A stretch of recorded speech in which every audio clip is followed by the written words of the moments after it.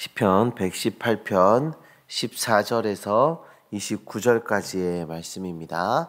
우리 다 같이 한 절씩 교독하여 읽도록 하겠습니다. 여호와는 나의 능력과 찬송이시요 또 나의 구원이 되셨도다. 의인들의 장막에는 기쁜 소리, 구원의 소리가 있으며 여호와의 오른손이 권능을 베푸시며 여호와의 오른손이 높이 들렸으며 여호와의 오른손이 권능을 베푸시는도다. 내가 죽지 않고 살아서 여호와께서 하시는 일을 선포하리로다. 여호와께서 나를 심히 경책하셨어도 죽음에는 넘기지 아니하셨도다.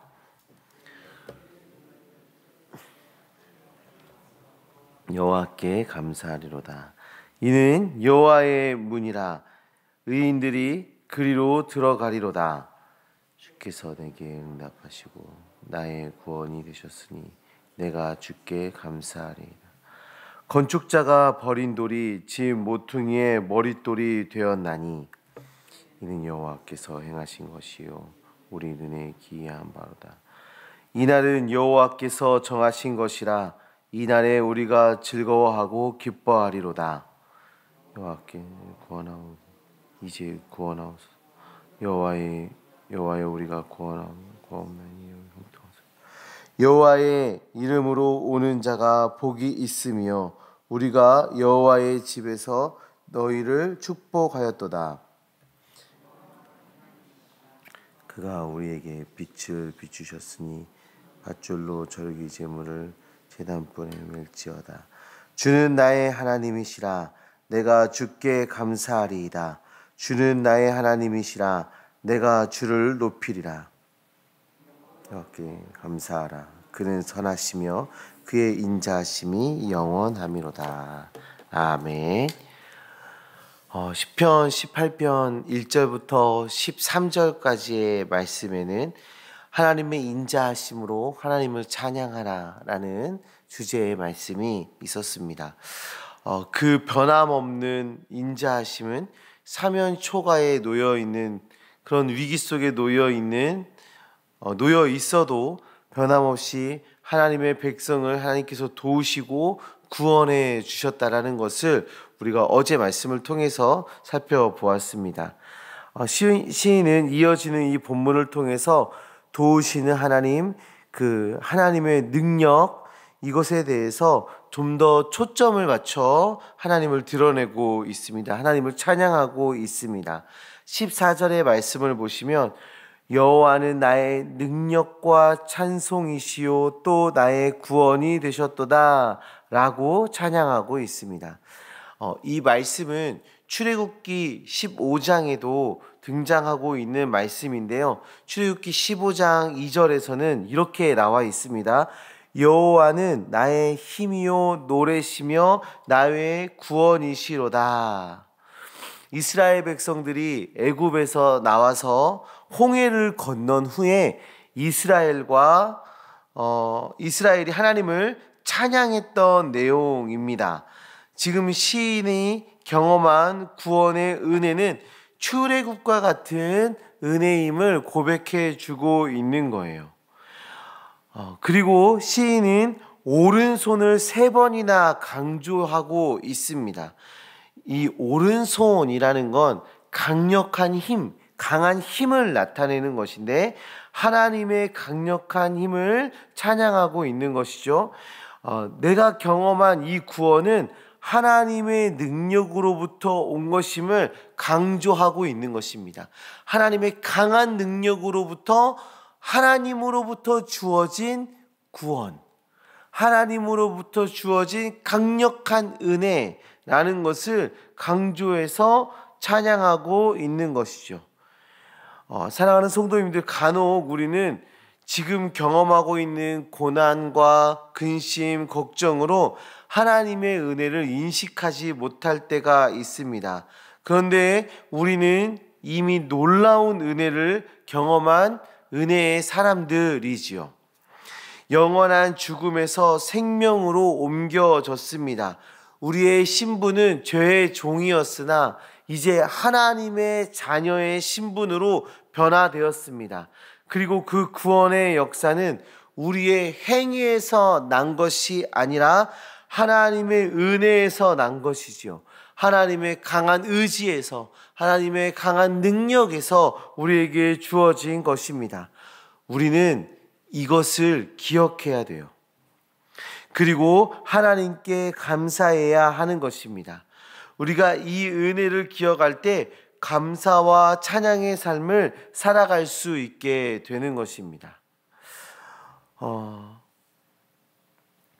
하나님의 오른손에서 나오는 그 권능을 기억하고 그 은혜에 감사하는 주님의 자녀들 되시기를 주님의 이름으로 축원합니다.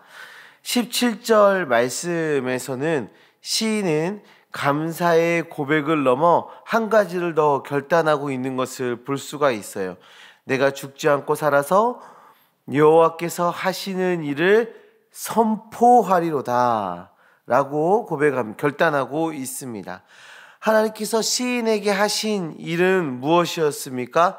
벌떼처럼 원수들이 나를 에워싸고 있을 때 하나님께서 나를 보호하셨고 구원하셨습니다. 또한 시인이 잘못된 길로 가고 있을 때, 그런 잘못된 신앙의 삶을 살아가고 있을 때 하나님은 그를 경책하셨습니다. 하나님께서 허락하신 그 경책은 자신을 가르치기 위한 일이었음을 시인은 고백하고 있습니다. 때로는 목숨이 위태로울 만큼 위기 가운데 위기처럼 다가올 때도 있었습니다.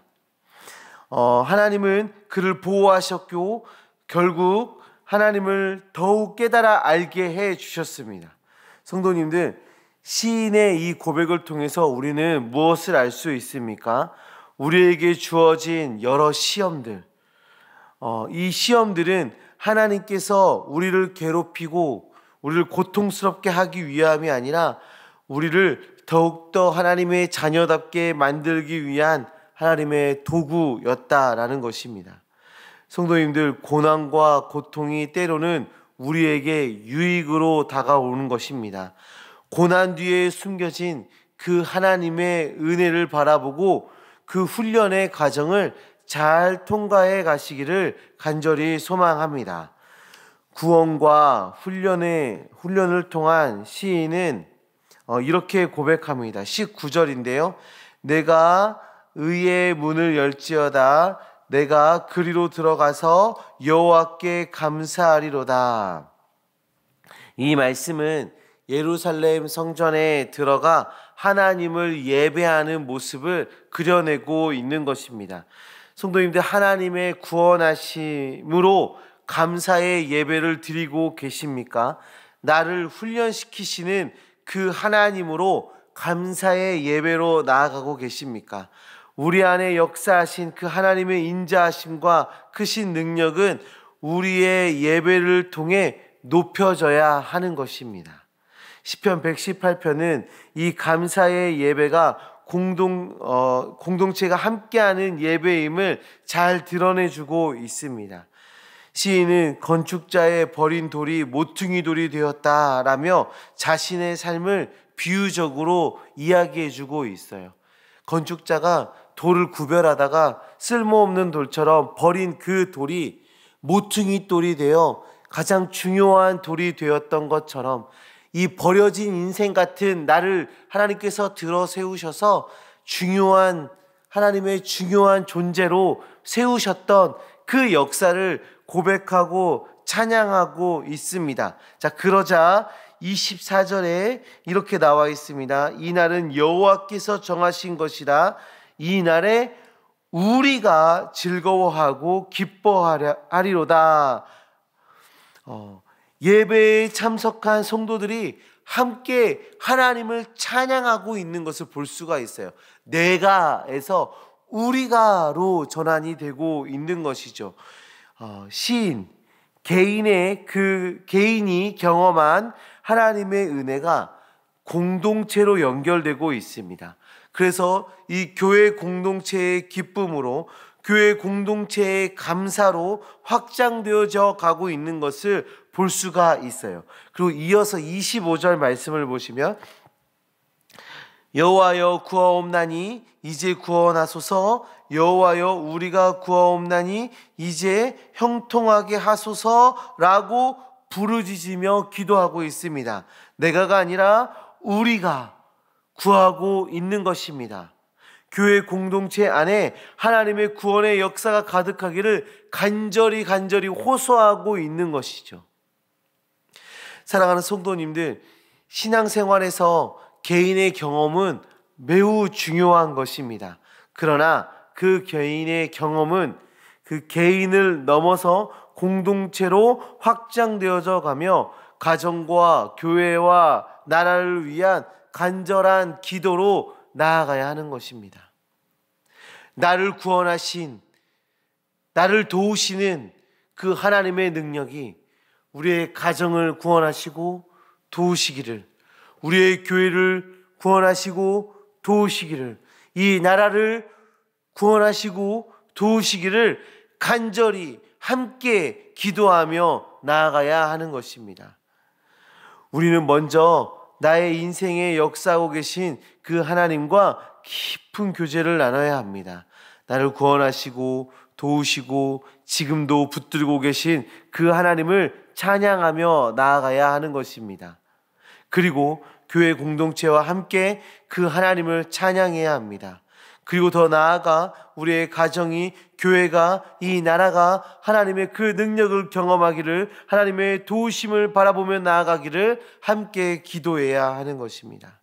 우리 한 사람 한 사람이 감사와 찬양과 예배와 그런 간구의 불씨가 되어 우리를 통해서 우리 가정과 교회가, 이 나라가 하나님 앞에 부르짖으며 나아가는 가정, 교회, 나라 되어지기를 간절히 소망합니다.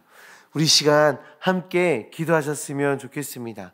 먼저는 나의 삶 속에 역사하신 그 하나님의 사랑, 그 하나님의 능력, 하나님의 구원하심으로 감사의 고백으로 나아가시기 바랍니다.